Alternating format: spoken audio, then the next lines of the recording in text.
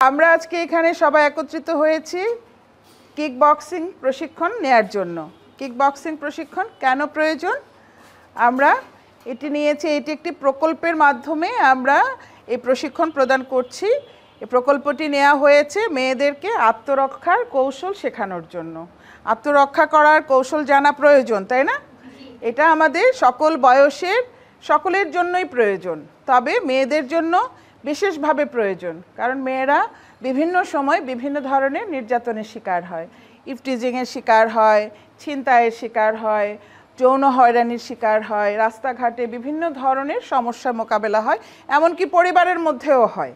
আমাদের বিভিন্ন জায়গায়, খেলার মাঠে, পরিবারে, বিভিন্ন জায়গায় আমরা বিভিন্ন ধরনের অসম্মানিত আচরণের সম্মুখীন হই। সেটার থেকে নিজেদেরকে রক্ষা করার জন্য আমাদের আত্মরক্ষার কৌশল জানা দরকার। সেটি সকল বয়সেই, বিশেষ করে যখন আমরা রাস্তাঘাটে চলাফেরা করি তখন আমরা নানা ধরনের সমস্যার সম্মুখীন হই। তো এইটার জন্য বাংলাদেশ গার্ল গাইডস অ্যাসোসিয়েশন যেহেতু মেয়েদের জন্য কাজ করে, মেয়েদের জন্য আত্মরক্ষার একটি প্রকল্প গ্রহণ করেছে। সেই প্রকল্পটির নাম আত্মরক্ষার্থে কিক বক্সিং প্রশিক্ষণ। এই প্রশিক্ষণটি আমরা বিভিন্ন বয়সের মেয়েদের জন্য রেখেছি। আমাদেরকে সহায়তা করছে যুব ক্রীড়া মন্ত্রণালয়ের অধীনে কিক বক্সিং অ্যাসোসিয়েশন আমাদেরকে এই প্রশিক্ষণের জন্য সহায়তা প্রদান করছে, এবং আমাদের পাশে আছে এই যে দুজন ট্রেনার। আমি মোহাম্মদ রেজওয়ানুল আলম রুমি। আমি এস.এম. মুকিতুল ইসলাম। আর এই যে বাম পাশে আছেন আমি মার্জরি বিনতে আনোয়ার। ওনারা আমাদেরকে প্রশিক্ষণ দিবেন। এটা শুধু কিক বক্সিংই নয়, কিক বক্সিংয়ের সাথে সাথে আমরা কিন্তু নিজেদের শরীরকেও গঠন করব। আমরা বিভিন্ন ধরনের এক্সারসাইজ করে আগে নিজেরা বডিলি ফিট হব, তারপরে আমরা শিখব কিভাবে আত্মরক্ষা করা যায় এবং কিভাবে অন্যকে প্রয়োজনে আক্রমণও করা যায়। আমরা শুধু নিজেদেরকেই না, আমার বন্ধু বান্ধব, আমার প্রতিবেশী, আমার আত্মীয় স্বজন যারা আমাদের সংস্পর্শে থাকবে তাদের প্রত্যেককেই আমরা আমাদের এই কৌশল দ্বারা রক্ষা করার চেষ্টা করব। আমাকে যখন একজন জানবে যে আমি সক্ষম, আমি শুধু একজন নারী মানে দুর্বল না, আমার মধ্যে সেই ধরনের সক্ষমতা আছে, এটা যখন আরেকজন জানবে সে কিন্তু আমাকে সমীহ করে চলবে এবং হিসেব করেই সে আমার সাথে আচরণ করবে। যে না, এর কাছে গেলে বা আমি যদি ভুল কোনো আচরণ করি তাহলে সে প্রতিবাদ জানাবে। প্রতিবাদের ভাষা বিভিন্ন রকম হতে পারে, হাত দিয়েও হতে পারে, পা দিয়েও হতে পারে, মুখ দিয়েও হতে পারে। তো আমাদের সেই কৌশলটা শেখা খুব দরকার, তাই না? আমরা আশা করব তোমরা এই প্রশিক্ষণ নিয়ে এখান থেকে যখন বেরোয় যাবে তখন তোমরা নিজেদেরকে আরও সুস্থ, সবল এবং সক্ষম হিসেবে নিজেদের মধ্যে একটা কনফিডেন্স তৈরি হবে। এই আত্মবিশ্বাস তোমাদেরকে অনেক রকমের সমস্যাকে মোকাবেলা করতে সহায়তা করবে। তো আমি তোমাদের সকলের সর্বাঙ্গীন সাফল্য এবং মঙ্গল কামনা করি, আর এই প্রশিক্ষণের সাফল্য কামনা করছি। Everyone get ready and start for the রে। আমাদের স্ট্যান্ডিং পজিশন, এবং এখান থেকে আমরা সবাই যেটা শুরু করি রে করার জন্য, আমাদের পজিশন ঠিক করার জন্য আমাদের পজিশনটা অবশ্যই পায়ের স্ট্যান্সটা সবাই একটু খেয়াল রাখবো। পায়ের স্ট্যান্সটা ঠিক আমার শোল্ডার বরাবর সেম হবে। 3 times we will do the ray. Ois. Again. Os. এটার আর একটা কারণ হচ্ছে আমাদের সব কিছুতে কিছুটা হলেও ফাস্ট হতে হবে, স্পিডি।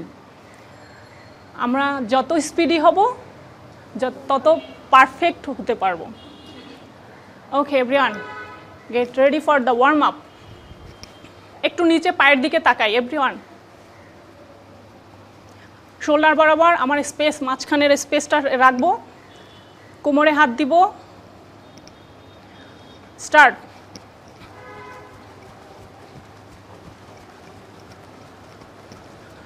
1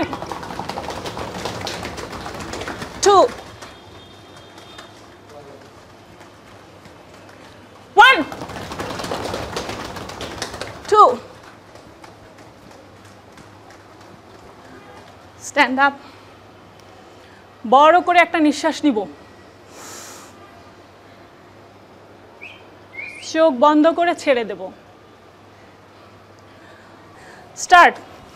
1 2 1 2 1 2। পজিশন, ঘুরে যাব না, যে জায়গায় আছি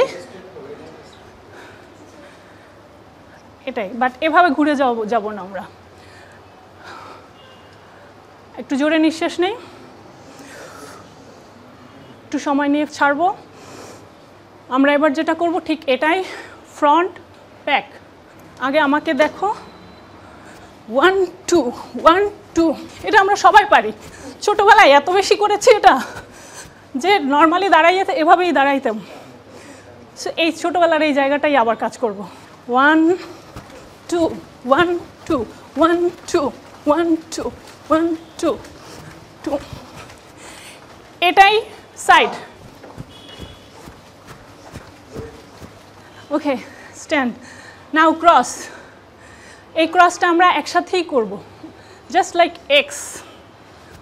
1 2 1 2। এক্সের পজিশনটা সেটাই, এই ক্রসটাই আমরা করব। 1 2 1 2 1 2 2। একটু এলোমেলো হবে শুরুতে, বাট একবার ধরে ফেললে কিন্তু আর প্রবলেম নেই। ওকে, স্টপ। ব্রিদিংটা হচ্ছে আমাদের একদম ফাইনাল সেশন, কারণ হচ্ছে আমরা সারাক্ষণ 3 ঘন্টা 4 ঘন্টা 2 ঘন্টা যাই করি না কেন, ব্রিদিংটা আমাদেরকে আমাদের ব্রেইনটা প্রপার একটা প্লেসে নিয়ে আসে।